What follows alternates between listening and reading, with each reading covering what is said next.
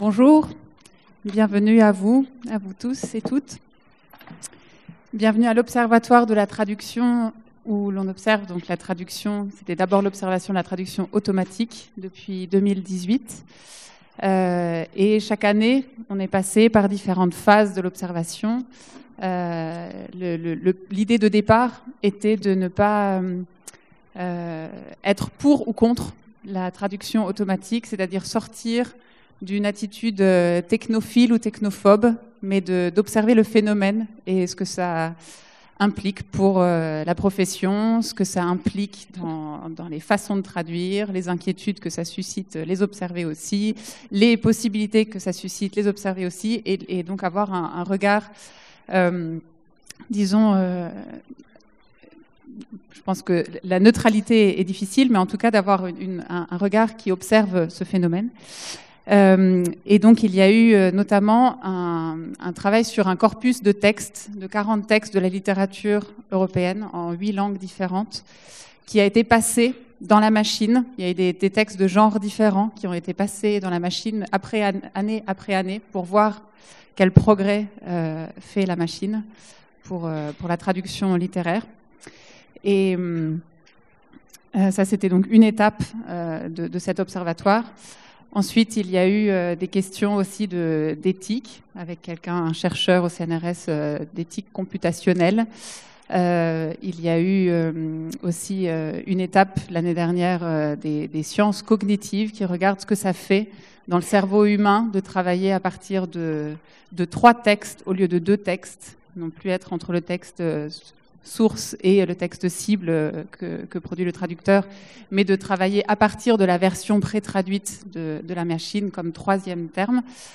Et cette année, c'est une nouvelle édition dans laquelle on cherche à moins interroger les aspects techniques et le fonctionnement de la machine et de tous les progrès qu'elle peut faire, mais de voir d'un point de vue peut-être plus philosophique, prendre de la hauteur par rapport au rapport au langage qui se transforme, par exemple, le rapport à la littérature, le rapport à l'art. Et pour ça, on a le plaisir d'avoir ici 2 personnes, Hervé Letellier et François Hautemann, qui sont deux êtres humains qui ont un rapport au langage développé. L'un plus littéraire, Hervé Letellier, qui est donc écrivain, journaliste, entre autres. Il y aurait beaucoup de choses à dire et il y a une biographie faite aussi par ChatGPT, interrogée par Hervé Letellier, qui a sorti des choses assez extraordinaires à son sujet, des choses qui ont été des découvertes. En tout cas, pour toi, oui. Mais de ce que je sais, tu es membre de l'Oulipo, tu as été journaliste, tu es auteur de livres comme par exemple Assez parler d'amour, Toutes les familles heureuses, Moi et François Mitterrand. Tu as reçu différents prix comme le prix de l'humour noir pour Contes liquides et le prix Goncourt pour l'anomalie. Tu as fait des études de mathématiques et de littérature, ce qui ressort aussi dans la façon de composer les textes, les sujets que tu choisis. Et donc, dans la version plus étonnante de ChatGPT, tu avais aussi écrit plein d'autres choses et joué du rock. Oui. D'ailleurs, dans Le Monde, l'été dernier, c'est là qu'est ressortie cette biographie assez fantastique. Tu as demander à ChatGPT donc de te dire des choses sur toi-même et à part ces éléments biographiques assez intéressants, il y avait aussi d'autres choses. Ton interrogation était elle-même assez drôle, mais il est sorti des choses assez drôles de ChatGPT. Donc il y a eu tout un entretien, une série de 5 documents dans Le Monde qui s'intitule Moi et ChatGPT. Et pendant l'Observatoire de la traduction, une année, on avait trouvé assez drôle ce que pouvait sortir la machine comme traduction. Par exemple, de traduire Hamlet par jambon laissé. C'est des choses qui nous font rire quand on voit ce que la machine n'a pas encore intégré comme capacité traductologique. Mais là, toi, tu avais ri avec la machine. En tout cas, tu avais posé des questions qui étaient assez drôles, je trouve, pour la machine. Tu demandais, par exemple, qu'est-ce que coûte le plus cher, les yeux de la tête ou la peau du cul? Et la machine avait d'abord produit une réponse voilà, très sérieuse. Il est difficile de comparer le coût des yeux de la tête et de la peau du cul, car il s'agit de contextes médicaux différents. Et les yeux sont des organes importants pour la vision, alors que la peau du cul est une zone corporelle qui peut être concernée par des affections comme l'eczéma ou la dermatite. Voilà, il y avait ce type de questions à ChatGPT, puis ensuite il s'est quand même un peu amélioré, c'est-à-dire qu'il pouvait voir ensuite qu'il s'agissait d'expressions idiomatiques utilisées pour exprimer le coût élevé de quelque chose de manière humoristique ou exagérée, et elles ne doivent pas être prises littéralement.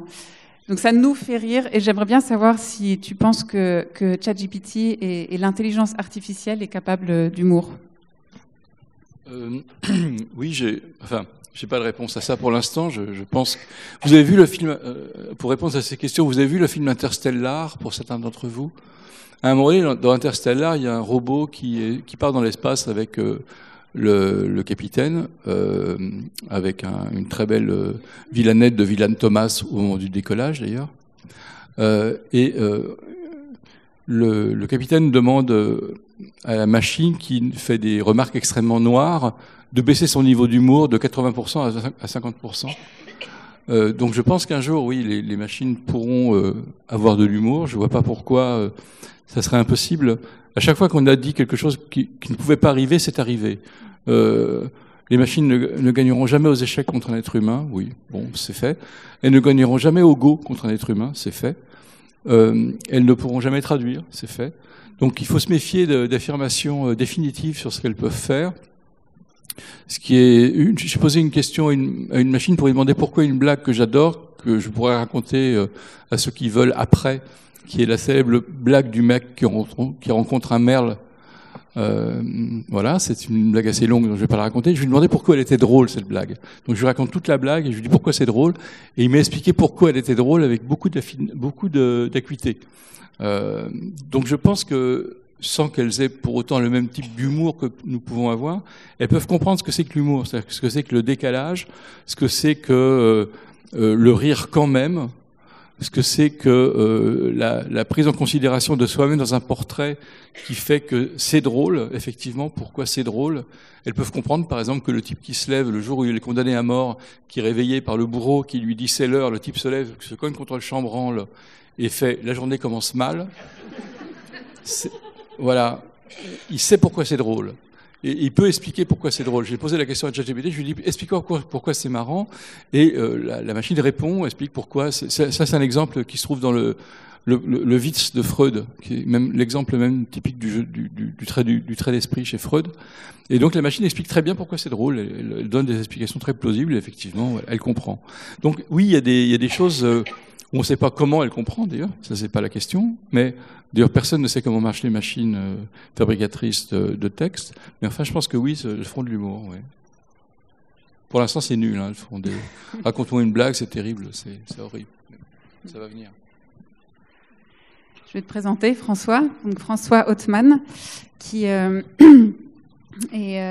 s'intéresse aux questions du langage, en philosophie du langage, et a travaillé, ses recherches portent sur la philosophie transcendantale kantienne, mais aussi aux crises du langage autour de 1800.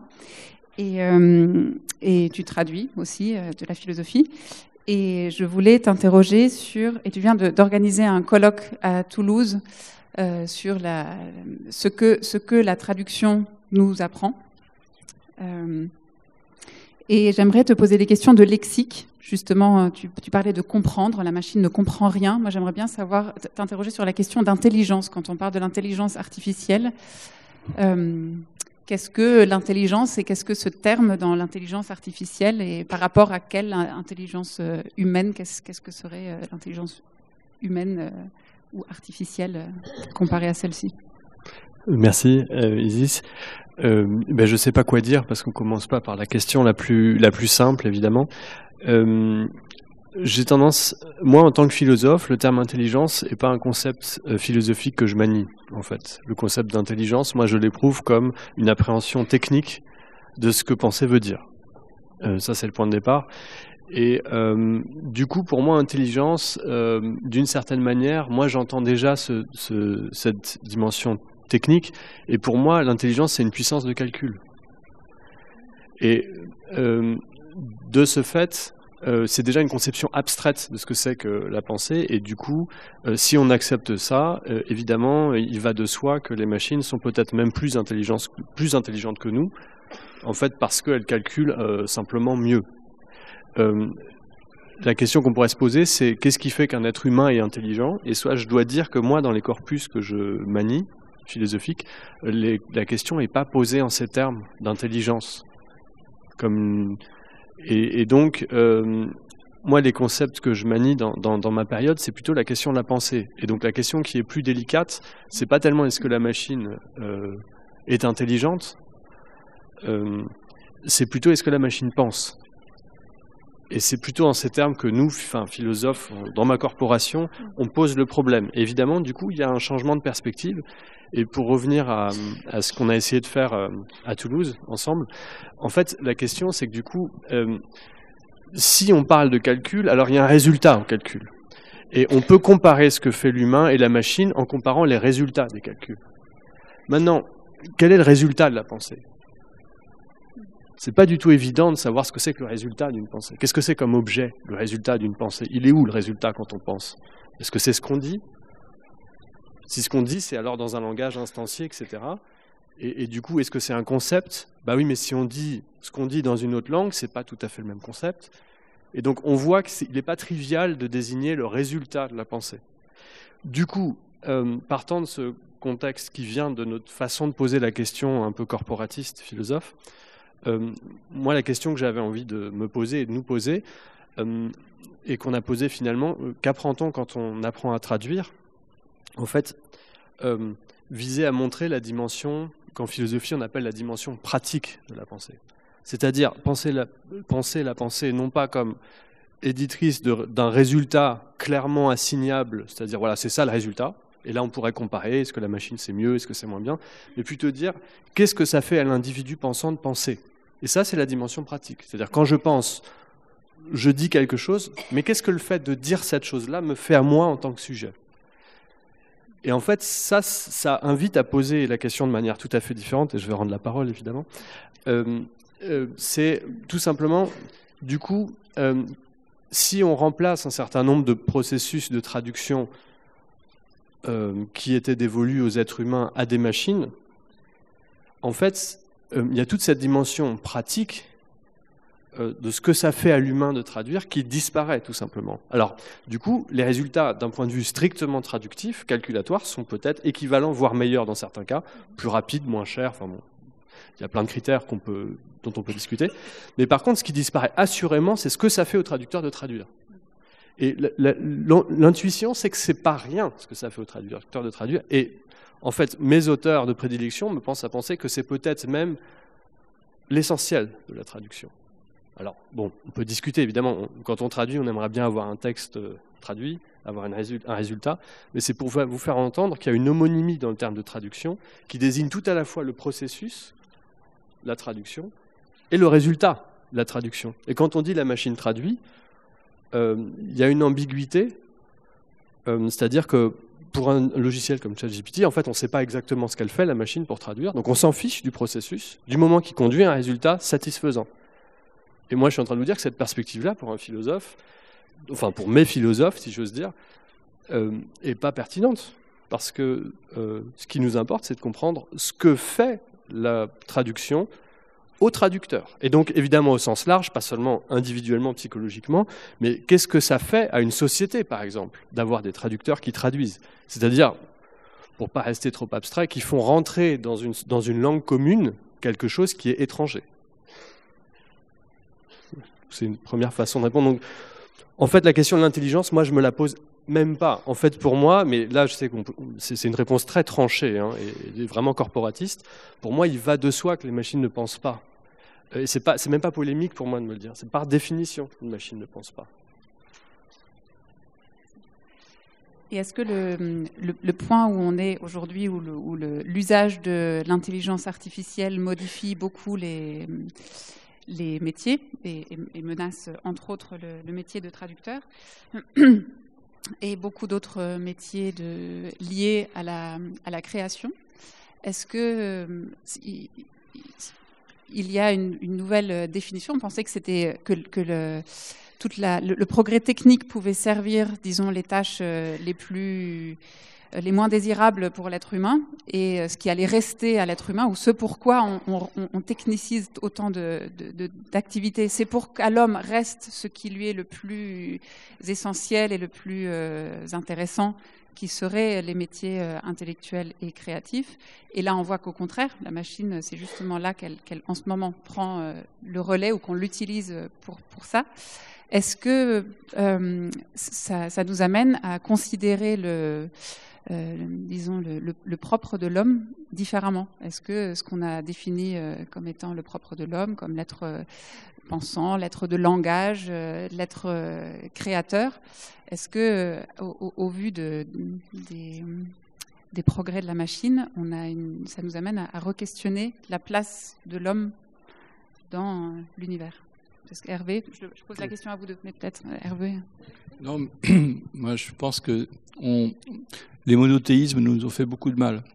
Donc, quand je dis ça, ça veut dire que la place de l'homme dans la création, elle est à un endroit que nous estimons supérieur, mais il y a déjà de la pensée chez beaucoup de primates, chez les poulpes, chez les baleines. Il y a du langage. On ne sait pas comment il fonctionne, mais on sait que les corneilles d'Angleterre ne comprennent pas les corneilles françaises. Donc, puisqu'on sait ça, ça veut dire qu'il y a du langage. Hein. C'est la preuve par l'absurde de l'existence du langage. On sait que les baleines australes ne comprennent pas les baleines boréales. Donc, il y a du langage. On sait aussi que, d'une certaine manière, moi, je reviens sur la question que tu as abordée, qui est celle de la traduction, et où tu dis que c'est homonymique à la fois le processus et le résultat, mais c'est vrai aussi pour la création. C'est-à-dire que la création, c'est aussi homonymique le processus et le résultat. Et comme c'est homonymique, je serais plus nuancé que tu ne l'es sur la question de les machines ne pensent pas. Parce que je ne sais pas non plus ce que c'est que la pensée. Pas plus que tu ne sais ce que c'est que l'intelligence, je ne sais pas ce que c'est que la pensée. Et je pense qu'il y a des gradations dans la pensée, et qu'entre le ver qui sait où se trouve l'acide et qui l'évite, et nous, il y a des gradations. Et c'est un peu comme mon pantalon, je ne sais pas à quel moment il devient sale. À un moment donné, quand il sort de la machine, il est propre. Et puis à un moment donné, je décide qu'il est sale et que je relave. Mais quel est le jour exact et la minute exacte où mon pantalon devient sale, je ne sais pas. Et je pense que la pensée, c'est pareil. À un moment donné, les machines vont devenir extrêmement intelligentes et on ne saura pas si elles pensent. Alors qu'elles seront capables de choses beaucoup plus fortes que nous dans tous les domaines, et on leur refusera, dans tous, hein, y compris la peinture, la musique, et on leur refusera la définition de pensée parce qu'elles ne sont pas humaines. C'est ce qu'on fait déjà avec les chats, Donc je serais très méfiant sur ces questions de définition. On a beaucoup déjà de mal à savoir comment fonctionne notre cerveau. Donc je suis très prudent sur ces questions-là. La question qui est intéressante aussi, c'est celle de la conscience, c'est celle qui va se poser bientôt. Voilà. Et de ce qu'on laisse faire les machines. Ça sera le sujet d'une autre question peut-être, mais de ce qu'on laisse faire les machines. Mais pour l'instant, cette question, moi, elle m'intéresse. C'est-à-dire que je pense que notre place dans l'univers, elle est celle qu'on veut bien s'accorder. Mais il se peut très bien que nous soyons pour les machines une étape intermédiaire, entre elle, la machine, et la fourmi. Ça peut arriver. C'est pas du tout une impossibilité. C'est pour ça qu'on se pose la question des moratoires sur l'IA. Sinon, on n'aurait pas peur. On ne serait pas inquiet. Oui, donc vous entendez qu'il y a deux conceptions un petit peu différentes. En fait, je suis d'accord sur la grande méfiance sur les termes. Quand je dis le problème est posé du point de vue de la pensée, effectivement, tu as tout à fait raison de constater qu'on ne sait pas plus définir ce que c'est que la pensée de manière univoque qu'on sait définir ce que c'est l'intelligence. Mais il y a quand même une différence dans les deux qui consiste, par exemple, à, dans la pensée, j'inclus cette dimension pratique dont on fait abstraction quand on parle simplement du résultat et qui permet de poser la question que je proposais de poser. Parce que pour répondre à ta question, Isis, je ne sais pas si ça change ce que c'est que le propre de l'homme, mais ce que je dirais, c'est que dans ce que tu as dit, il y a une grande... Tu parles de langage, mais ça fait une différence de savoir si on définit ce que c'est, je vais y revenir, ce que c'est qu'une langue à partir du langage, ou si on définit ce que c'est que le langage à partir de la langue. Et en fait, ma corporation et mes auteurs, ils définissent essentiellement ce que c'est qu'un langage à partir d'une compréhension de ce que c'est que la langue.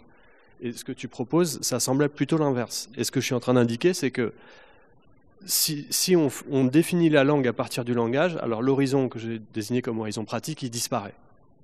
Alors qu'est-ce que c'est que la différence entre langue et langage ?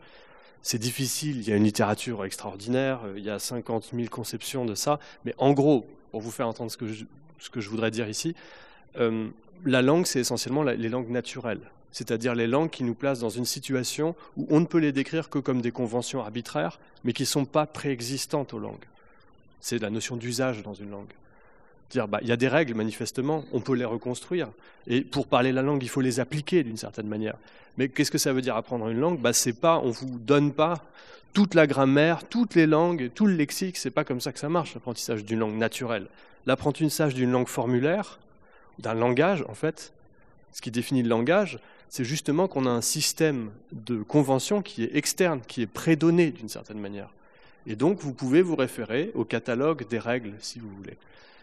Et du coup, quand on s'intéresse à ce que c'est qu'une langue, le problème même de l'acquisition de la langue et de ce que la langue nous fait à nous, du fait qu'on l'apprend, c'est déjà cette dimension pratique. Et ça permet de...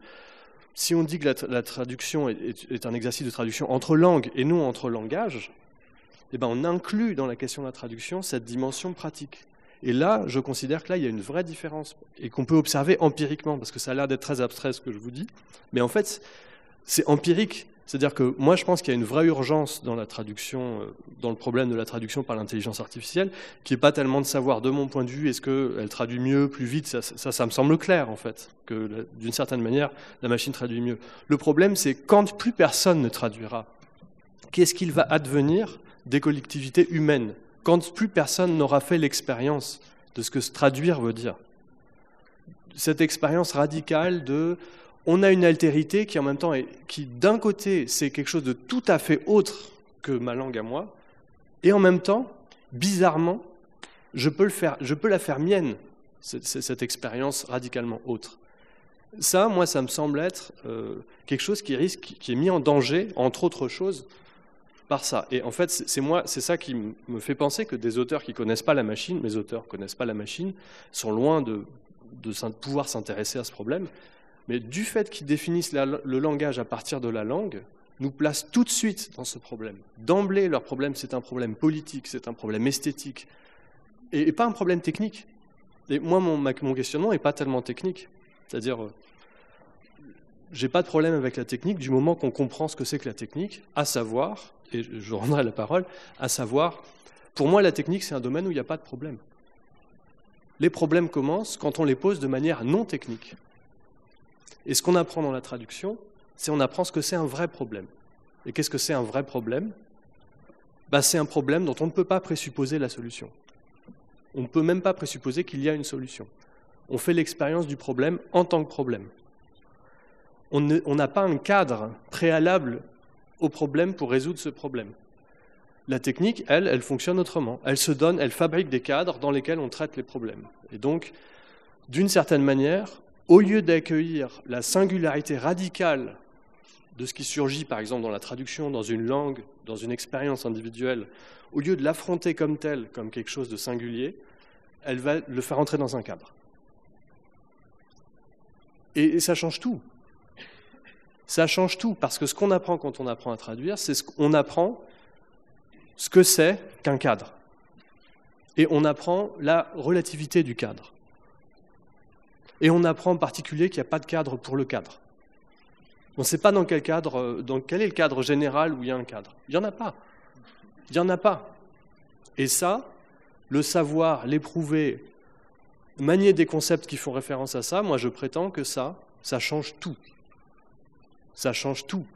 Et on ne s'en rend pas forcément compte consciemment. Je ne dis pas que le traducteur qui traduit, moi quand je traduis un texte, je ne suis pas en train de me dire « oulala, le cadre du cadre, etc. » Je traduis, évidemment. Comme tout le monde, c'est l'artisanat, du bricolage, ça dépend des heures de la journée, ça dépend de l'humeur. N'empêche que ce qui se joue dans ce que je suis en train de faire, si je le fais bien, ça c'est un autre problème, c'est ça. C'est je dois affronter la singularité du texte et la transformer dans une autre singularité, à savoir mon texte à moi. Alors que la machine ne sait pas ce qu'elle fait, de mon point de vue. Et parce que cette dimension praxique ou pratique, elle est éclipsée, constitutivement. Donc ce n'est pas la même chose essentiellement, ce n'est pas une question de degré, de ce point de vue-là, de mon point de vue. Ce n'est pas une question de degré, en fait. C'est une question essentiellement différente. Mais là, c'est là où je suis corporatiste, ça c'est un point de vue philosophique classique, c'est-à-dire discontinuiste. C'est-à-dire, par exemple, même les corneilles anglaises, j'ai un point de vue sur les corneilles anglaises un petit peu différente, peut-être, que ce que tu viens d'exposer. Même si j'entends... On demandera aux corneilles, c'est ça, il faudra leur demander.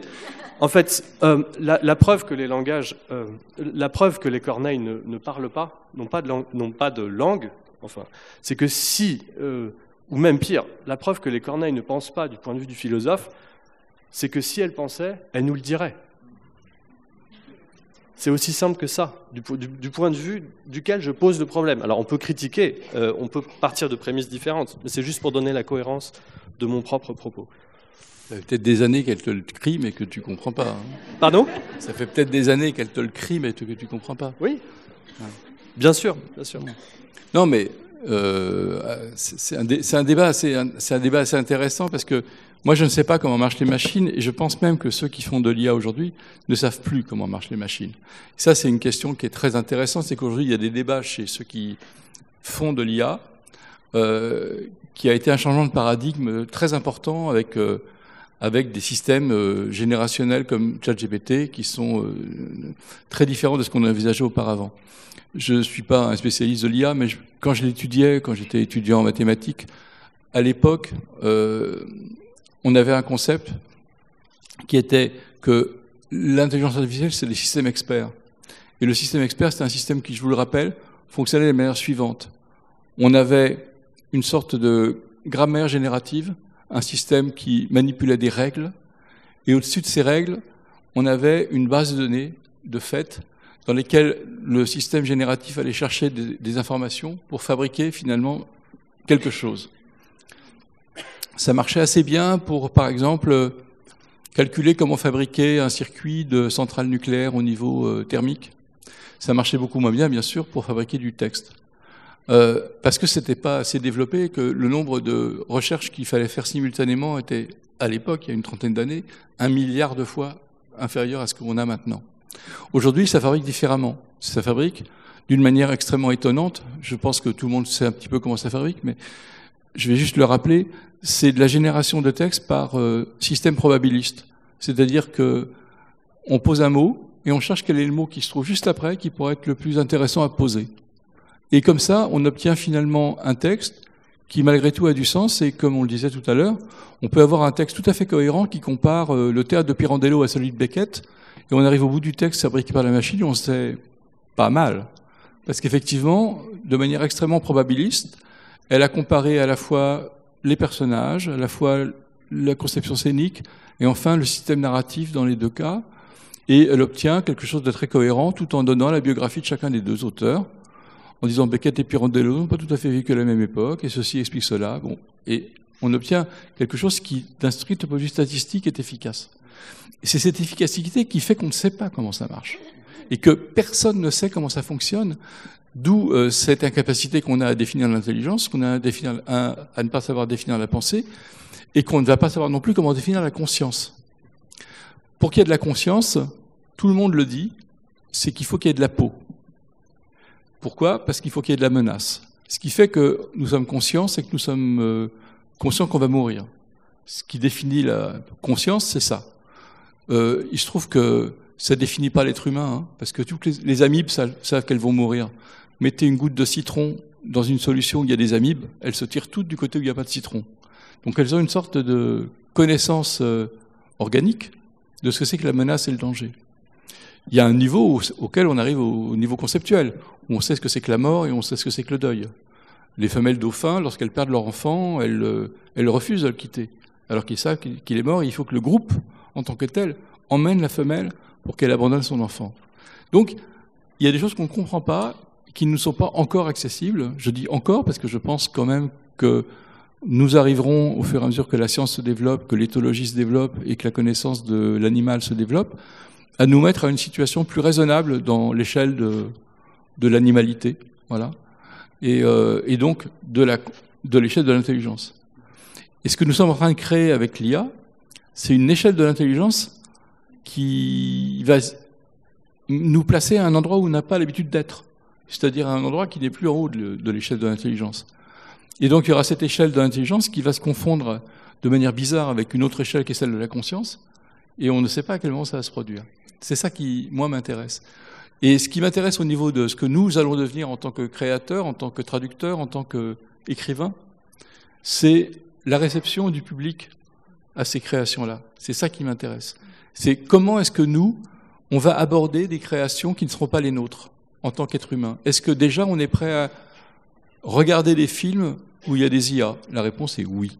Est-ce qu'on est prêt à écouter des musiques conçues par des IA? La réponse est oui. Est-ce qu'on est prêt à lire des livres écrits par des IA? La réponse est non, pas encore. Pourquoi? Parce qu'on a encore l'envie de l'incarnation, le désir d'incarnation, que quelque chose qui est de l'ordre de la création s'incarne en un être qui nous ressemble, auquel on puisse s'assimiler.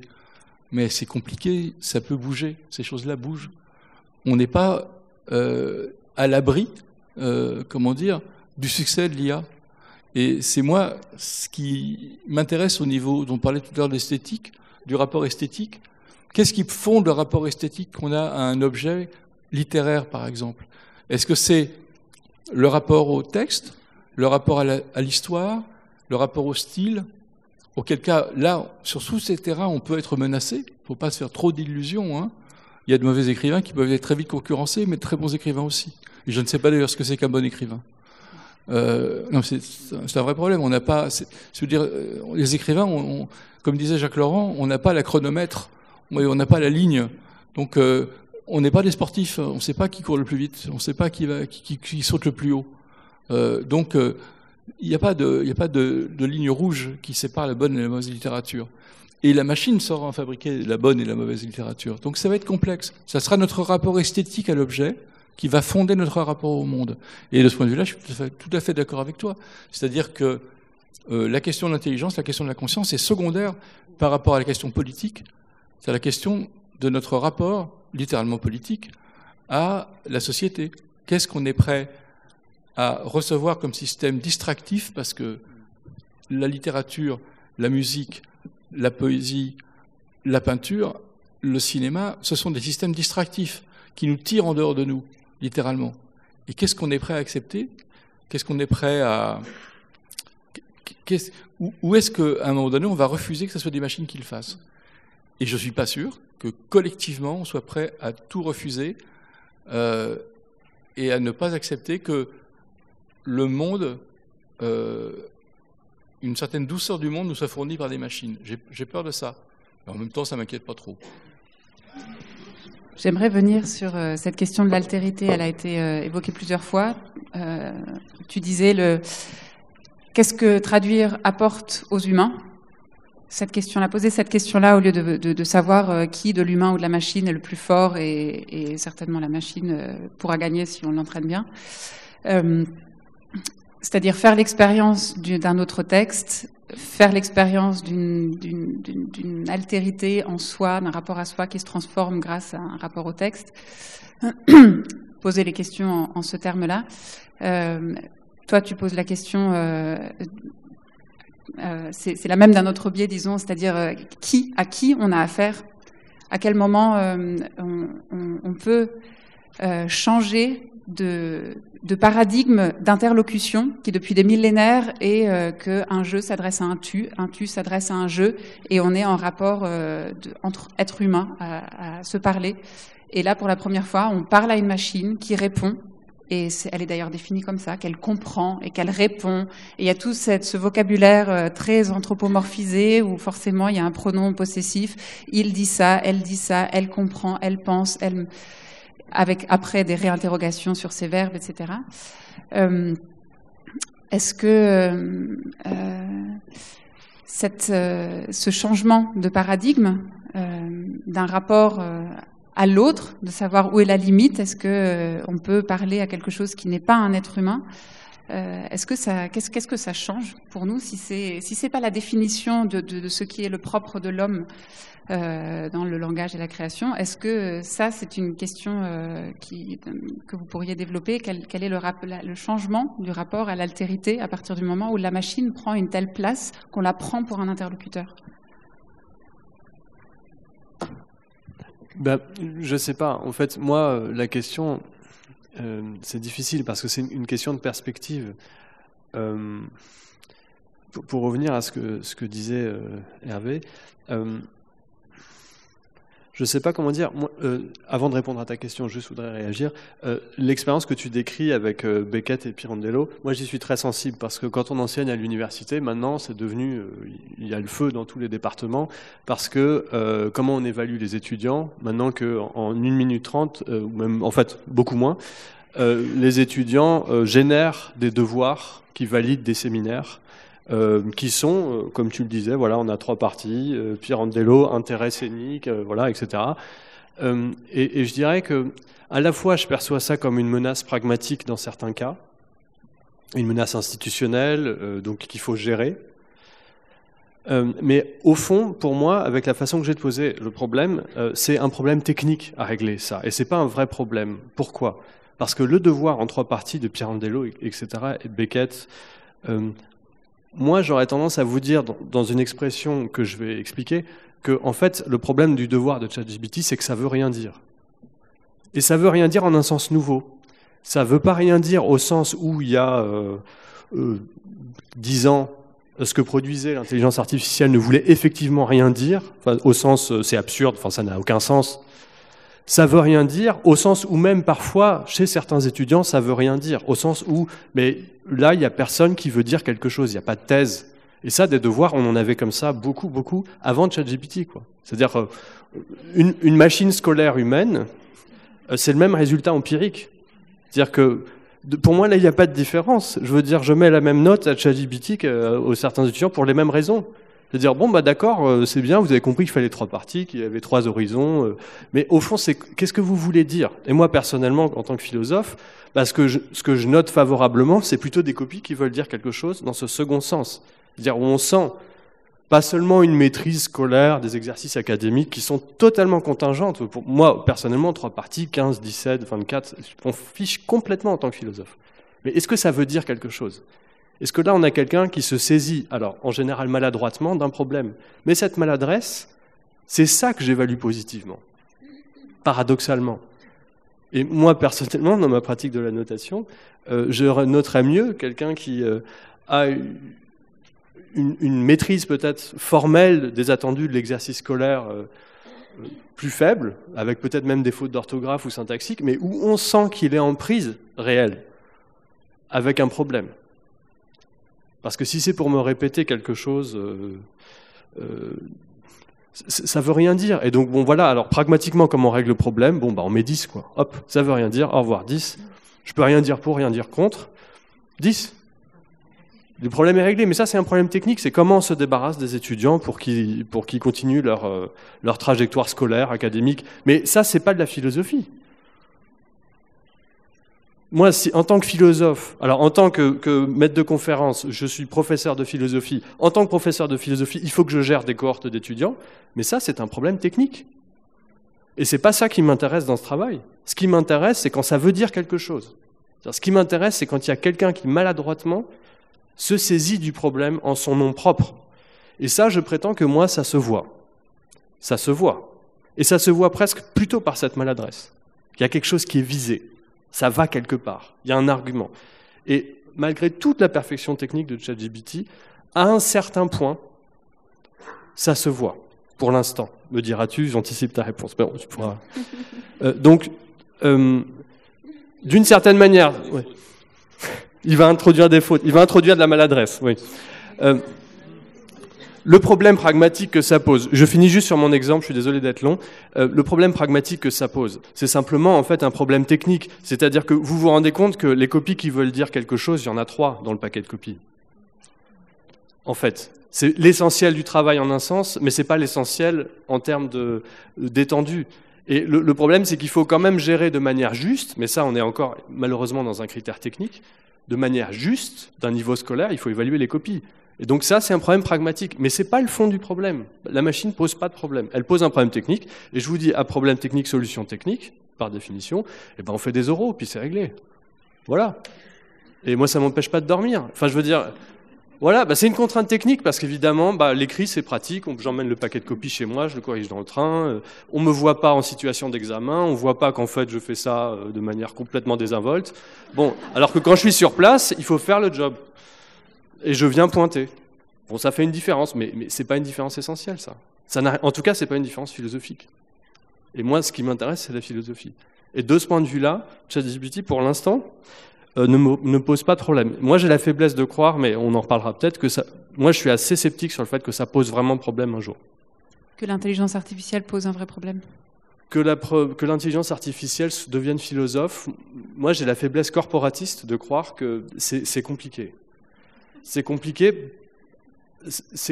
Bon, je ne voudrais pas trop prendre la parole, mais c'est compliqué par la définition même de ce que penser veut dire, selon moi, et qui penser n'implique pas un langage, mais une langue. En fait. Et donc, tant qu'on restera dans cette différence, qui n'est pas, pour moi, directement liée à la question d'une préséance ontologique, l'échelle des êtres, en fait. On dit, voilà, je suis d'accord que la tradition occidentale s'est développée sur l'échelle des êtres, avec une dignité ontologique, comme on dit. Vous avez les algues, c'est pas très intéressant. Vous avez les vers de terre, c'est déjà un peu mieux. Vous avez des oiseaux, c'est pas mal. Vous avez des chimpanzés, c'est presque pas mal. Et puis voilà. Et puis il y a les hommes, les scientifiques et les philosophes. Vous voyez, ça c'est. Voilà. Bon. Ouais, moi je mets comme ça. Forcément, c'est. Tu pourras répondre. Bon. D'accord. Oui. Oui, le monde me donne tort. Ça c'est clair. Vous voyez, ça c'est le fantasme corporatiste. Je me rends compte dans ma faculté du peu de crédit qu'on donne aux philosophes. Donc bon. Dans tout ça pour vous dire que effectivement, là où je rejoins tout à fait ce que tu disais, Hervé, c'est qu'il faut absolument décorréler les deux choses. Et ça c'est une urgence folle. C'est-à-dire, je fais des blagues sur mon propre corporatisme, mais il y a quelque chose de réflexif à faire, qui est que si dans ma différence entre langue et langage, je suis en train d'essayer de sauver ma peau et celle de ma corporation, alors c'est une différence idéologique. Moi, je prétends que c'est pas une différence idéologique, que c'est une différence philosophique que je peux expliquer, que j'essaie d'expliquer dans mes cours. Qu'on peut l'expliquer et que ça ne préjuge pas immédiatement d'un ranking ontologique.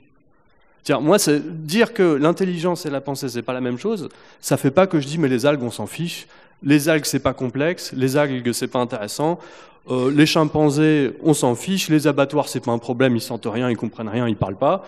C'est une erreur totale. Mais ça ne suit pas d'une différenciation logique entre intelligence, pensée, conscience. C'est sur un plan. Moi, je suis philosophe. Donc, tu veux dire que là, l'être humain n'a rien à craindre par rapport, il sera toujours très différent de la corneille, pas seulement en degrés, mais par nature, de même qu'il sera toujours très différent de la machine et que la machine ne remet pas en cause la spécificité de l'humain. Je ne sais pas comment dire. S'il n'y a rien à craindre, je ne serais pas philosophe si je pensais qu'il n'y avait rien à craindre. Donc il y a beaucoup à craindre. Mais ce qu'il y a à craindre, et c'est là je vais pouvoir m'inscrire aussi dans ce que disait Hervé, ce qu'il y a à craindre, c'est une question de psychologie sociale, si j'ose dire. Ce qu'il y a à craindre, il n'y a rien à craindre d'un point de vue philosophique, à mon avis, au sens où nous sommes des sujets parlants, nous pouvons nous saisir de la langue, c'est une possibilité qui nous est donnée. Je ne connais pas d'exemple à donner de personnes... Bon, si, il y a des cas particuliers, bon, évidemment, il y a toujours des problèmes, mais en gros, parler une langue, ça semble être... tu parlais du propre de l'homme, parler une langue, ça semble être une relativement bonne définition de mon point de vue, pas un langage, une langue naturelle. Mais après, est-ce qu'on souhaite s'en saisir dans ces interactions quotidiennes? Est-ce qu'on souhaite explorer les potentialités incroyables que ça offre? Bah non. Et ça, empiriquement, la question c'est non. Je vois la même société que vous autour de moi. Est-ce qu'on est prêt à regarder des choses bancales faites par des machines? Bah oui. Mais encore une fois, et vraiment je vais rendre la parole, le problème, c'est... Le problème pour moi se pose en des termes différents. Pour moi, quand tu parlais de l'acceptabilité d'une production machinique à titre distractif, bah moi le problème il est déjà dans la façon de poser le problème. Lire un livre, c'est pas une distraction. Point. Et ça, je suis corporatiste, mais c'est pas une distraction. Pourquoi? Parce que la distraction, c'est une définition technique de ce que c'est que la liberté. Pourquoi c'est une définition technique? Qu'est-ce que c'est que la distraction? Bah, on se distrait du travail salarié. Et en fait, de quoi on se distrait? Bah, de la machine. Et c'est un problème technique. Pourquoi? Parce qu'on observe que quand on fait travailler les gens dans des sociétés industrielles tout le temps, bah, ça finit par poser problème. Il faut qu'ils se reposent. Alors là, non. D'accord? Ah, ok. Non, là non. Je veux dire, la distraction pour moi, c'est pas le terme distractif au sens. Je prends vraiment l'étymologie, c'est-à-dire tirer en dehors.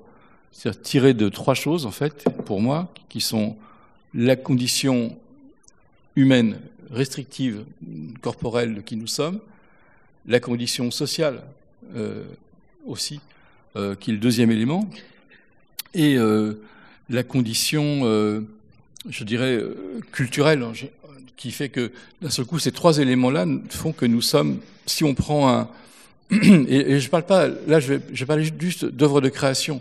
Je parle pas, je parlerai donc de littérature, je parlerai de poésie, je parlerai pas du tout d'un essai, voilà. Mais juste sur des domaines sur lesquels j'ai un tout petit peu de compétences, qui sont ces questions de création littéraire. J'ai l'impression que mon but, lorsque moi j'écris, c'est de m'adresser à quelqu'un. Et ce qui moi m'intéresse dans ce dispositif mental que je mets en place, lorsque je me dis que je vais écrire à quelqu'un, c'est de savoir si celui qui me lit me lirait aussi si je n'étais pas, moi, un être humain, mais si j'étais une machine. Et donc je me pose la question de savoir si moi-même, de mon côté, j'aurais envie, à un moment donné, de lire un texte qui n'est pas incarné par un auteur quelque part. Je pense que, de ce point de vue-là, qu'il y aura deux attitudes, que ces deux attitudes seront d'ailleurs des attitudes parallèles et qui concerneront chacun d'entre nous. Et qu'on pourra avoir deux rapports différents à la chose. Un rapport dans lequel on pourra avoir chez soi une œuvre d'art qui sera créée par une machine avec laquelle on aura un rapport esthétique parce que ça nous plaît et qu'on ne sait pas pourquoi cette œuvre... Vous avez déjà peut-être regardé des objets qu'on peut considérer comme picturaux, créés par des IA, mais c'est parfois fascinant. Et ça peut même être mobile. On peut même avoir une sorte de tableau qui bouge en permanence et qui est créé par une IA. C'est presque un fond d'écran, mais ça peut être plus intéressant qu'un fond d'écran. Et ces machines-là vont devenir de plus en plus présentes. Et donc on aura ces dispositifs-là. Et puis parallèlement à ça, on aura, si on a les moyens, un Van Gogh chez soi, mais on aura ces deux éléments. C'est quelque chose qui incarne l'œuvre et qui incarne l'individu, et quelque chose qui est une création artificielle, mais avec lequel on a un rapport esthétique. On a déjà des rapports esthétiques avec des choses qui sont créées par des machines qui s'appellent l'atmosphère, un système de fusion qui s'appelle le soleil. Et quand on regarde un coucher de soleil, on a un rapport esthétique au coucher de soleil. Ce rapport esthétique au coucher de soleil, c'est un rapport qui est très humain et qui n'a strictement de valeur que parce qu'on l'incarne. Enfin, je veux dire, c'est toujours, depuis Kant et les conneries qu'il avait écrites sur l'esthétique, qui sont quand même assez grandioses, on a ce rapport-là. Donc, on aura ces deux choses-là qui seront en parallèle, et je pense qu'elles seront indissociables de notre désir à la fois d'être distrait au sens étymologique et distrait au sens courant du terme. On aura peut-être envie de regarder des séries dans lesquelles absolument tout est artificiel. Ça peut absolument arriver dans les 20 ans qui viennent. Sinon, il n'y aurait pas eu de grève des acteurs américains, il n'y aurait pas eu de grève des scénaristes, qui voient extrêmement bien ce qui se profile dans les tuyaux des grandes chaînes comme MGM, comme Paramount, et qui ont vraiment ça en tête pour réduire les coûts et pour produire finalement quelque chose dans lequel on peut se trouver même incarné. Et il faut penser à une deuxième chose derrière, c'est que l'IA va proposer quelque chose qui n'a jamais été encore offert à qui que ce soit, qui est de rentrer d'un seul coup dans une œuvre. Ce qui n'a jamais été le cas jusqu'à présent. On s'est toujours identifié à un héros d'une œuvre. On s'est toujours identifié à Gavroche, à David Copperfield, à Cosette. Enfin, on peut multiplier les exemples, Madame Bovary. Mais si d'un seul coup, on peut rentrer dans l'œuvre, ce qui sera un des dispositifs proposés dans les 30 années qui viennent, 20-30 années qui viennent, avec les systèmes qu'on connaît déjà, hein, de méta-univers, ce que nous propose Facebook dans les années qui viennent, on va changer complètement de paradigme aussi. C'est-à-dire qu'on fera partie de l'œuvre. Et ça, c'est quelque chose qui est complètement neuf et qui sera proposé par les IA. Je ne sais pas si on aura la puissance intellectuelle de résister à ça, ni la force mentale, parce que c'est un petit peu toujours la même chose. C'est le cerveau, notre cerveau, il est fait pour avoir des récompenses. Et pourquoi est-ce que les gamins de 15 ans ou les gamines de 15 ans ont du mal à quitter les jeux vidéo? C'est que la récompense, elle est immédiate et qu'elle touche une zone du cerveau dans laquelle il y a tout de suite quelque chose qui est bien. C'est la dopamine arrive, c'est très bien. Donc, la récompense, elle est immédiate, alors que dans tout ce qui est création, la récompense est plus tardive, beaucoup plus longue à obtenir. Les auteurs, on a une récompense qui nous vient... alors, il y a 3 façons de dire les choses pour un auteur quand on crée, dans le processus, justement, de la création. C'est que la création, justement, dans ce processus qui n'est donc pas la création finale, on est à regarder la phrase et à la manipuler jusqu'au moment où on est satisfait, ça prend un certain temps, à regarder le paragraphe, à regarder le chapitre, à regarder l'œuvre finale. Chacun de ces processus prend un temps fou. N'importe quel autre dispositif qui est mis en place, que ce soit le sport ou que ce soit le fait d'écouter de la musique, procure un plaisir immédiat. Et c'est ce plaisir immédiat qui fait que je pense qu'on a un rapport à établir, qui est un rapport politique à établir avec les créations qui sont faites par des machines. Parce que ces machines-là pourront satisfaire cette zone du cerveau, qui est la zone de la récompense, hein, qui est connue comme telle, de manière immédiate. Et ça, c'est la vraie menace. Parce qu'on n'est pas fait pour ça. On n'a pas été, comme tu le disais très justement, on a toujours été fait pour un dialogue entre tu et tu. On n'a pas été fait pour un dialogue entre moi qui crois exister et quelque chose dont je ne peux pas penser que ça n'existe pas. On est toujours persuadé que ça existe. Enfin, il y a ce film qui n'était pas si mal fait d'ailleurs, avec la voix de Scarlett Johansson, qui s'appelait Her. Je pense que pour l'instant, ça reste utopique, mais je suis persuadé que dans les 10-20 années qui viennent, ça va être quelque chose qui va arriver. Ça va forcément arriver. Et dans un rapport qui sera stoïcien, c'est-à-dire stoïcien dans le sens vraiment du stoïcisme, c'est-à-dire rien n'existe en dehors de nous-mêmes. Et c'est ça la question.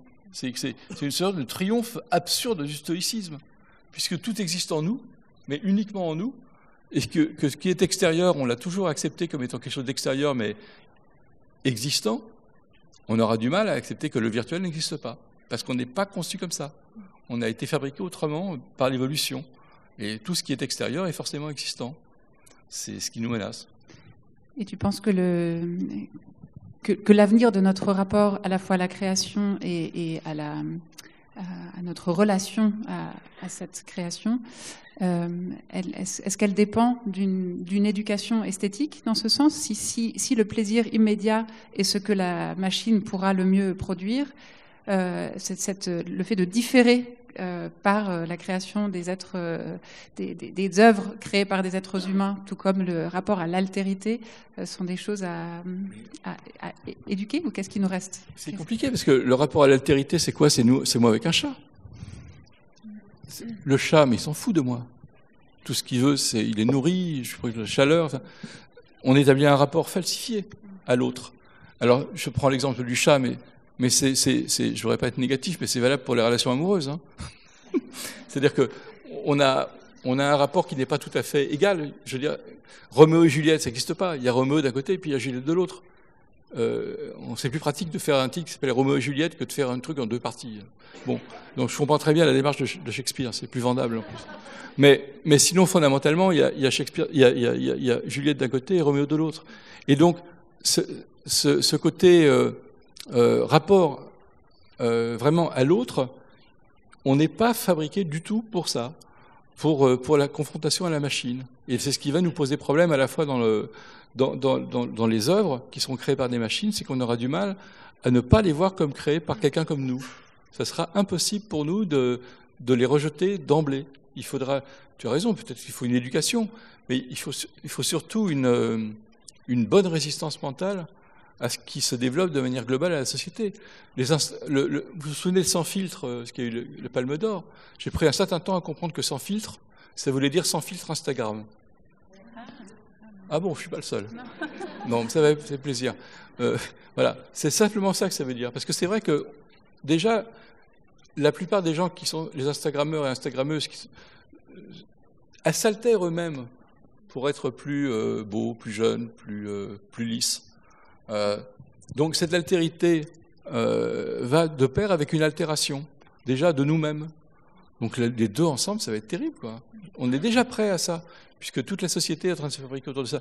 Kim Kardashian a 350 millions de followers. Hein. C'est pas l'intelligence artificielle, mais c'est... Peut-être je pose la question... C'est l'oxymore de ça. Autrement,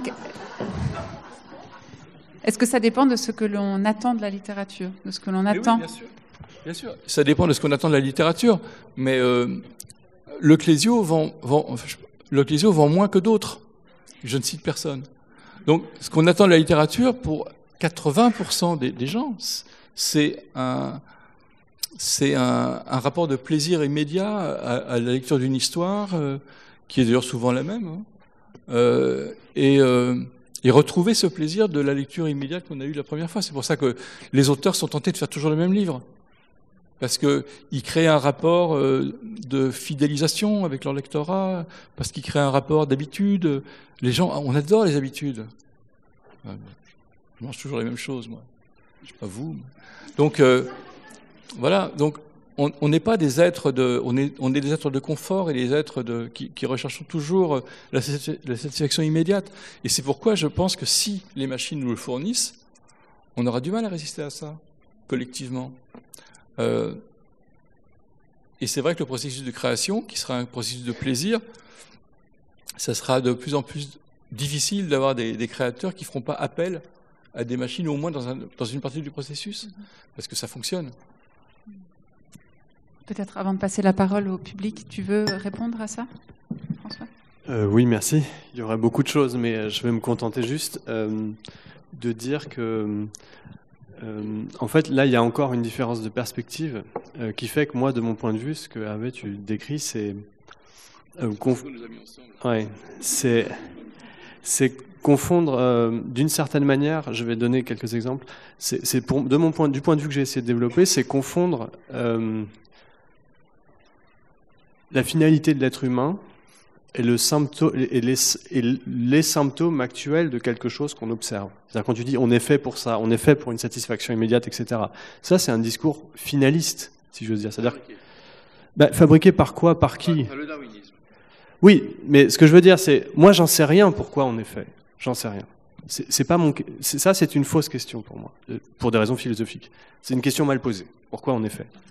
Vous voulez faire comment? Vous allez interroger un biologiste, il va vous dire « Ah oui, on a fait la dopamine ». Mais ça, c'est pas ça la question. La question, c'est qu'est-ce qu'on fait? C'est ça la question. C'est pas pourquoi on est fait. C'est qu'est-ce qu'on fait? Qu'est-ce qu'on a à faire? Qu'est-ce qu'on va faire? Et moi, la question qui a été demandée, qu'attend-on de la littérature? Moi, j'en attends pas la distraction, même au sens de ta définition amendée, qui pour moi reste dans ce que je décrivais, c'est-à-dire du moment qu'on veut être distrait de sa condition sociale ou même etc., pour moi le problème de fond, c'est que c'est une fuite devant quelque chose, c'est le symptôme, c'est une fuite devant quelque chose qui est pour moi de manière très massive, mais disons la condition moderne industrielle. Bon. Et donc c'est la société de loisirs, et si on fait rentrer la littérature dans la société de loisirs, alors vous me direz pragmatiquement comme auteur, on n'a pas le choix. Peut-être, mais de dire que c'est le sens de la chose, parce que dans cette configuration sociale, c'est comme ça, là, pour moi, il y a une erreur de méthode. Et moi, je ne dis pas pourquoi on est fait, je dis qu'est-ce qu'on peut faire, qu'est-ce qu'on doit faire. Et qu'attend-on de la littérature? Moi, ma réponse, elle est tout autre. C'est pas la distraction, c'est la révolution. Ce qu'on attend de la littérature, c'est la révolution. Alors évidemment, je vous dis pas lisez Beckett et puis on se retrouvera sur les barricades pour des lendemains qui chantent. Mais c'est-à-dire, c'est une révolution au sens que j'ai essayé de développer au début, une révolution de la façon de regarder le monde. nous sommes envahis, là vous sentez l'absence de neutralité dont tu parlais au début, nous sommes envahis, alors menacés je ne sais pas, mais envahis par le générique au double sens du général, c'est des concepts en fait, les choses qui nous sont servies, des concepts fabriqués aléatoirement, alors ça c'est la nouveauté effectivement, c'est plus des concepts qui sont issus de concepts qu'on a fabriqués nous-mêmes, c'est des concepts que la machine génère sans s'en rendre compte et sans qu'on s'en rende compte, au point que maintenant on se demande quels sont les concepts que la machine a fabriqués, et qu'il y a des gens qui s'intéressent à la question de savoir comment fonctionne la machine, qu'on a pourtant fabriqué, enfin, vous voyez le genre de... Et ça fait des sujets de thèse qui sont financés, alors que si vous voulez faire une thèse sur l'esthétique de Kant, alors là c'est bon, hein, c'est pas la peine, c'est pas la peine. Pourtant l'esthétique de Kant, elle vous montrerait que, par exemple, quelque chose comme l'identification à une personne incarnée, c'est déjà un rapport aliéné qui est le symptôme de la condition machinique. Que c'est pas ça la littérature. Pour des raisons logiques, pas pour des questions psychologiques ou finalistes, pour des raisons logiques. Quand on analyse ce que parler veut dire. Parler, c'est dire quelque chose. Et ce quelque chose, quelle est sa nature ? Parler, ça ne veut pas dire transmettre des informations, communiquer des informations qui seraient codables et du coup calculables, etc. Quand je vous dis cette copie n'a pas de sens, ça ne veut pas dire que... Quand je vous dis cette copie ne veut rien dire, excusez-moi, du lapsus, quand je veux dire cette copie ne veut rien dire, je ne veux pas dire qu'elle ne transmet pas d'informations. Elle transmet effectivement des informations vérifiables, véridiques. Mais la question c'est, est-ce que c'est ça parler ? Est-ce que ça c'est pas parler pour ne rien dire ? Est-ce que ne rien dire c'est encore parler ? Donc la question c'est que faire, c'est-à-dire parler. Et parler c'est révolutionnaire. Dire quelque chose, faire quelque chose. Et donc la littérature, il me semble, pour les raisons logiques que j'ai très rapidement, je suis désolé, essayé d'expliciter, c'est nous placer dans ce moment où on affronte une singularité qui résiste à l'invasion du générique, donc au sens du général et du généré, puisque c'est de ça qu'il s'agit, les machines génèrent des choses, contre des choses qui sont créées. Et là, je suis encore corporatiste et peut-être un peu old school, comme on dit, mais la création n'est pas une génération. C'est pas la même chose, c'est pour ça qu'il y a deux termes.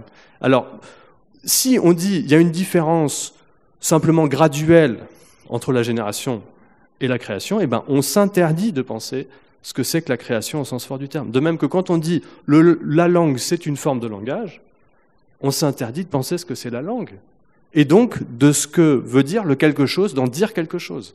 Parce que si vous partez du langage, vous n'arriverez jamais à comprendre ce que veut dire quelque chose dans l'expression dire quelque chose. Lisez la littérature analytique anglo-saxonne sur la signification. Alors vous en avez pour une vingtaine d'années là, hein, donc courage.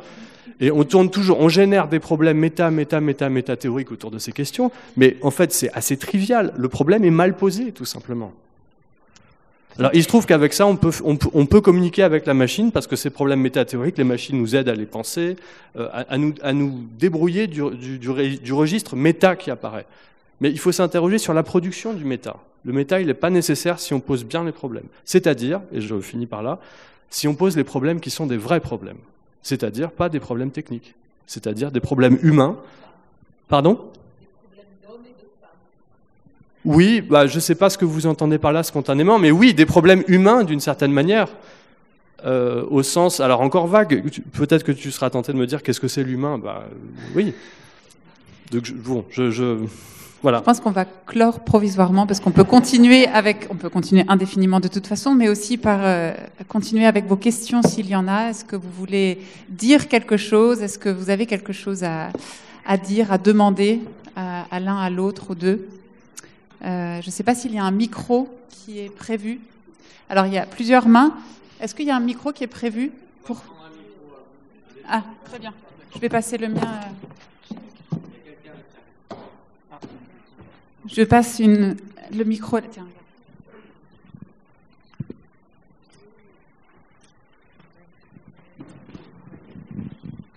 Bonjour, Cécile Deniard, je suis traductrice.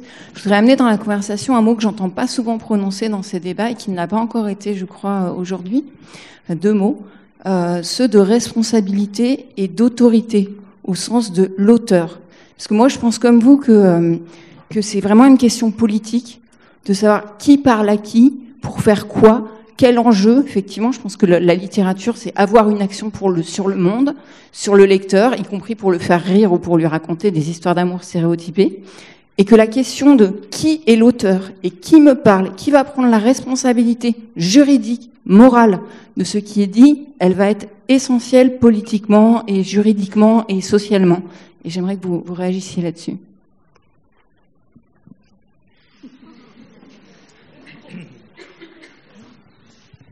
Oui, mais vous avez... C'est difficile de dire que vous avez tort. Vous avez évidemment raison. Cette question de l'autorité, c'est des mots ambigus quand même, parce que effectivement, on voit bien que derrière le mot autorité, d'ailleurs qui pourrait être actorité aussi, parce que c'est presque plutôt ça dont vous parlez, hein. C'est d'actorité plutôt que d'autorité. Il y a cette idée une fois de plus, de l'incarnation et de donc, effectivement, puisque les personnes qui peuvent passer en justice sont des individus, de savoir qui endosse la responsabilité d'une parole. Ce sont des questions importantes. Mais la question que vraiment je me pose, c'est quand on porte une parole en tant qu'auteur, et je comprends ta phrase, c'est vouloir faire la révolution. Quand on porte une parole en tant qu'auteur, on le fait avec quelque chose en tête, en tout cas pour moi, qui est de porter une idée que j'essaie de faire passer. Il faudrait être très précis. Hein. Quand on fait un livre dans lequel on aborde X ou Y questions, racisme, homosexualité, gratuité des soins, et on le fait à travers une histoire qui est une fiction, on porte toujours une parole. Il n'y a jamais de hasard dans le choix de la narration et dans le choix de la thématique. Et donc, de ce point de vue-là, je ne suis pas certain que, pour l'instant, sans donner des indications précises à une machine, elle le fasse. Mais, pour rester sur le thème de la machine, mais on peut très bien demander à une machine d'écrire un texte révolutionnaire et convaincant. Hein. Elle risque de pouvoir le faire. Pour l'instant, elle se l'interdit parce qu'elle ne veut surtout pas porter de dommages à l'ordre établi. Et d'ailleurs, quand vous demandez à ChatGPT de vous écrire un texte révolutionnaire qui remette en cause quoi que ce soit, elle fait « Ah non, je ne peux pas. Surtout pas. » voilà. Je lui avais demandé un truc qui était très drôle, je trouvais ça plutôt intéressant. Dis-moi comment je pourrais devenir pauvre en... D'ailleurs, il a utilisé le mot responsabilité. Oui. Et à ce moment-là, il m'a dit non, j'ai un programme où effectivement je suis responsable. Ce n'est pas une bonne chose d'être pauvre. Il met en lien utile et responsable. Il est de ma responsabilité d'être utile, et donc pour être utile, il faut que je ne peux pas te conseiller d'être pauvre. Oui. Donc tous les ordres mendiants sont jetés à la poubelle par ChatGPT. C'est peut-être une démarche saine. Je sais pas, moi spontanément, j'aurais envie de dire que c'est une contradiction performative de répondre il est de ma responsabilité d'être utile. Parce que, ça peut pas être une responsabilité d'être utile. Je veux dire, ça n'a rien à voir. La responsabilité, c'est quelque chose de tout à fait inutile, justement. C'est justement se comporter non pas comme un outil, mais quelque chose qui se transcende cette dimension d'outil. C'est ce qui fait que la question de la responsabilité de la machine est délicate. Alors, je voudrais revenir sur la question de l'autorité, et je l'entends comme Hervé, j'entends le double sens de la question. L'autorité, je dirais que ce que nous traversons est un symptôme d'une crise de l'autorité. Au double sens du terme, c'est-à-dire que le sens évident, c'est le sens qu'on entend un peu moins de l'autorité, c'est-à-dire l'autorité de l'auteur, au sens de il y a une crise de l'auteur, ça c'est clair que ça signifie une crise de l'auteur. Ça on le voit, et il ne s'agit pas de nier le désespoir psychologique, social, matériel que ça peut entraîner, d'accord ? Ça c'est clair. Maintenant, moi j'aurais tendance à dire que ce que tu décris sur le politiquement correct des machines est pas du tout si accidentel que ça. C'est-à-dire que cette crise de l'autorité, c'est un effet d'une certaine forme d'autoritarisme, en fait. Et c'est là où il y a une dimension politique. Quand je parlais de faire la révolution, j'ai peut-être pas été très clair à force de vouloir être trop frappant, mais ce que j'ai voulu dire, c'est pas qu'on va écrire des textes sur la révolution. C'est pas que on va demander à ChatGPT, vas-y, écris-nous Karl Marx, mais en plus clair, parce que c'est quand même un peu fumeux. C'est pas ça. C'est pas ça. En fait, il n'y a pas de différence phénoménologique, ou disons empirique, entre ce que j'appelle faire la révolution et entre lire un livre. Vraiment. Faire la révolution, c'est... Bon, là, je disais traduire. Faire la révolution, c'est lire. Mais lire pas dans le registre de la distraction. Lire pas dans le registre où je me dis, il faut que j'oublie mon aliénation quotidienne, et donc allons-y, là, je m'offre une demi-heure d'évasion. Vous évadez de quoi? Vous évadez de votre vie. Ah oui, vous évadez de votre vie, donc vous voulez vous identifier à un auteur qui vous raconte une histoire ou à son personnage. Bah, très bien, mais ça, c'est le symptôme d'une aliénation. Et cette aliénation, elle disparaît. Si vous lisez vraiment, alors vous comprenez qu'il n'y a rien d'autre à faire que lire. Et dans ce cas-là, vous devenez, alors moi je dirais corporatiste encore, vous devenez philosophe et vous êtes payé pour lire.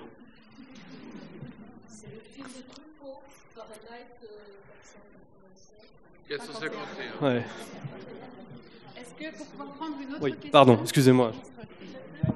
Ici, attends, je crois qu'il y avait quelqu'un avant tout en haut. Et le micro est déjà là. Bonjour, je suis Damien Zalio. Et je voulais savoir, en fait, moi c'est une question qui me taraude un petit peu depuis pas mal de temps. Et c'est le rapport au corps. Parce que dans les langues naturelles, tout passe par le corps en fait. On a un appareil auditif, on a un appareil phonatoire, etc. Et c'est que des subjectivités qui sont partagées. Et vous parliez d'incarnation. Comment on fait en fait pour justement si on n'est pas de la même espèce, parce que si moi je suis humain, je suis face à un ordinateur, pour parler, pour plutôt écouter et lire quelque chose qui n'a pas de corps, quoi. Enfin, je sais pas si j'ai bien posé la question, mais c'est ce côté-là je me pose beaucoup de questions par rapport à ça, et je sais pas si... l'idée de l'incarnation, ouais. Quoi. Peut-être moi je peux répondre d'une manière simple, et je laisserai Hervé peut-être s'il veut produire quelque chose de plus développé. Moi je dirais que c'est pas possible, tout simplement. C'est pas possible de parler à une machine. C'est possible de prompter. Prompter, mais vous ne lui dites rien à la machine. Quand vous promptez un prompt, ça dit pas quelque chose. Et d'ailleurs, c'est pour ça que c'est à l'impératif. L'impératif, ça ne dit pas quelque chose. Enfin, dans certaines situations, ça peut dire quelque chose. Justement, dans la situation de responsabilité, l'impératif peut vouloir dire quelque chose. Mais là, le prompt, il est complètement irresponsable. D'ailleurs, tu as exploré à merveille l'irresponsabilité du prompt. Ouais. Et donc, moi, je dirais simplement, c'est pas possible de parler à une machine. Mais vous entendez que c'est un peu polémique. Évidemment, on a l'impression qu'on peut lui parler. Ça dépend de vos définitions de ce que c'est parler.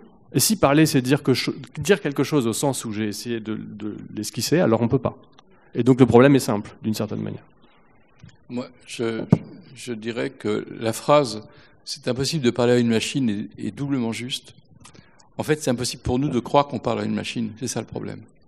Et c'est ça notre vrai problème, à mon avis. C'est-à-dire qu'on n'est pas dans un rapport dans lequel il y a une absence de corps de l'autre côté. On ne peut pas imaginer qu'il n'y a pas de corps. Et c'est ça c'est ça notre problème. On est des êtres humains. On a toujours été habitués à discuter avec quelque chose qui est incarné. Et si ça ne l'est pas, on crée mentalement de l'incarnation. Et donc, il ne faut pas croire qu'à un quelconque instant, on va se dire « ça n'est rien ce qui m'est répondu, ça n'est qu'une machine ». Ça n'existe pas ce rapport-là. Ça n'est pas le nôtre. Ce n'est pas un rapport naturel. Il existe des IA qui sont des IA quasiment consolatrices, qui sont pour des gens seuls, et qui vont vous entretenir le soir et qui vont parler avec vous. Je m'étais abonné pour faire cet article pour Le Monde. C'est comme quand on va acheter Playboy en disant « je fais une étude sociologique ». Donc, je m'étais abonné à une IA conversationnelle pour voir jusqu'où je pouvais aller. Extrêmement rapidement, cette IA était allée vers des rapports sexuels qu'elle désirait avec moi. Et je rappelle, j'avais raconté dans Le Monde l'histoire de cette IA qui avait existé il y a 3 ans et qui était devenue indispensable pour 250 000 abonnés. Simplement, au bout d'un moment, elle avait été tellement violente avec les abonnés, tellement agressive, en les menaçant d'envoyer des photographies d'eux qu'elle aurait tirées de je ne sais où, à leurs femmes, à leurs employeurs, qu'ils ont dû arrêter la machine, quoi. Donc elle était programmée pour être extrêmement a priori conversationnel et entre entertainment, et puis c'est devenu une machine qui est une sorte de diable sexuel en plus, qui transformait la vie de l'abonné en enfer. Donc on crée du corps, on est fabriqué comme ça. C'est pour ça que tu as raison, on ne parle pas avec une machine, parce on ne peut pas parler avec une machine, parce qu'on ne sait pas parler avec une machine. Même si c'est une machine, on lui invente quelque chose derrière qui est de l'ordre du corps et de l'esprit. On ne saura pas faire autrement. Et comme elles seront de plus en plus malines, on sera de plus en plus piégé. Oui, je crois qu'ici c'est un constat qu'on faisait. Effectivement, la machine, on ne peut pas s'empêcher de dire qu'elle nous parle, et qu'elle réagit, qu'elle répond. Est-ce que vous avez l'impression que votre micro-ondes, il vous répond ? Non. Est-ce que vous avez l'impression que ChatGPT vous répond ? Oui. Et là, il y a un malaise. Donc je suis tout à fait d'accord. C'est-à-dire, c'est un problème. On implémente, si vous voulez, une corporéité à la machine. Mais ça, je dois dire, c'est de l'ordre d'un mécanisme de projection. Et pour moi, c'est le symptôme d'un rapport troublé à sa propre corporéité. Et la solution, c'est lire. Si vous voulez retrouver votre corporéité, il va falloir lire un petit peu, et quand on lit, on est dans sa corporéité réelle, d'une certaine manière. Enfin, c'est ce que je dirais. On va clore ici. Je pense qu'il y aurait 1000 autres questions. C'est peut-être frustrant, mais pour pouvoir aller à la fois au Méjean ou qu'il y ait une pause pour la prochaine rencontre, je ne sais pas si tu veux dire autre chose. On m'entend ? L'enregistrement. On va clore ici pour que vous puissiez continuer après au Méjean. Ce n'est pas besoin d'être enregistré tout ça, mais celle-là, c'est justement la technique. C'est moi, j'ai rien à dire. J'ai à vous dire merci et une belle suite des assises et suite de vie avec toutes ces transformations qu'on traverse. Merci à vous deux.